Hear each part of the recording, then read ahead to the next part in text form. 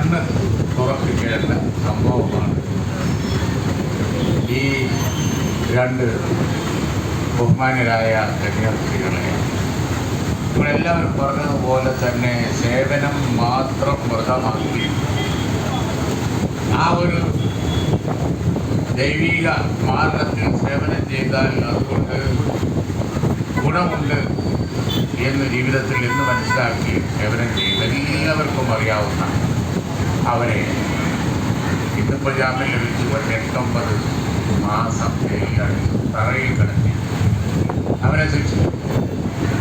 India രാജ്യത്ത് സ്വാതന്ത്ര്യമായതിനു ശേഷം ഈ നാട് മാറി മാറി ഗവൺമെൻറ്റുകൾ ഭരിച്ചിട്ടുണ്ട്. കോൺഗ്രസ് ദീർഘകാലം ഭരിച്ചിട്ടുണ്ട്. പക്ഷേ ഈ നടന്നത് അന്തർദേശീയ തലത്തിൽ എല്ലാവരും കാണുക.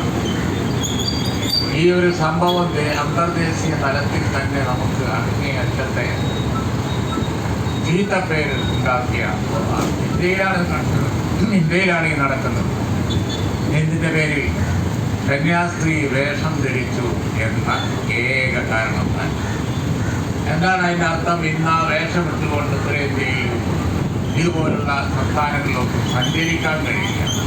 ആർക്കാണ് ഒരു ഉറപ്പ്? ആർക്കാണ് ഗ്യാരണ്ടി നൽകാൻ പറ്റുക? വല്ല ബസ് സ്റ്റാൻഡിലോ റെയിൽവേ സ്റ്റേഷനിലോ ഈ വേഷം ഇട്ട് ഇറങ്ങിയാൽ നമ്മളൊക്കെ ടി വിയിൽ കണ്ടു വിചാരണ ചെയ്യുന്നു. ആരാ വിചാരണ ചെയ്യുന്നത്? മധ്യരത്തിൽ ആൾക്കൂട്ടം വന്നിട്ട് വിചാരണ ചെയ്യാൻ എത്ര നിഷ്ഠൂരമായി മൗനികളായ ഒരു അക്ഷരം പറയാതെ ഈ കന്യാസ്ത്രീയിൽ ഇരിക്കുക. ആ ഇരിപ്പ് കണ്ടാൽ തന്നെ ഇന്ത്യയുടെ മതേതര മനസ്സാക്ഷി കേൾക്കും. എന്നിട്ട് അവർ വന്ന് വിചാരണ ചെയ്ത് കഴിഞ്ഞതിന് ശേഷം അവർ പറഞ്ഞതുപോലെ കേസ്, അവർ പറഞ്ഞതുപോലെ ഛത്തീസ്ഗഡിൽ ഗവൺമെൻറ് കോടതിയിൽ ബാധിക്കും, അവർ പറഞ്ഞതുപോലെ എല്ലാം സംഭവിക്കും. എന്നിട്ടോ ആ കേസ് NIA കോടതിയിൽ ഏറ്റവും വലിയ കുറ്റകൃത്യങ്ങളെ കൈകാര്യം ചെയ്യുന്ന ഏറ്റവും ബുദ്ധിമുട്ട് വരാവുന്ന കേസാക്കി മാറ്റി അതിനെ നേരെ NIA കോടതിയിൽ NIA കേസാക്കി മാറ്റി. ഇന്ന് ആ കേസിൽ ജാമ്യം കിട്ടിയത് NIA കേസാക്കിയത് NIA കോടതിയിൽ കാണിക്കാം. എങ്ങനെയാ ജാമ്യം കിട്ടുന്നത് തന്നെ നമുക്കറിയാം.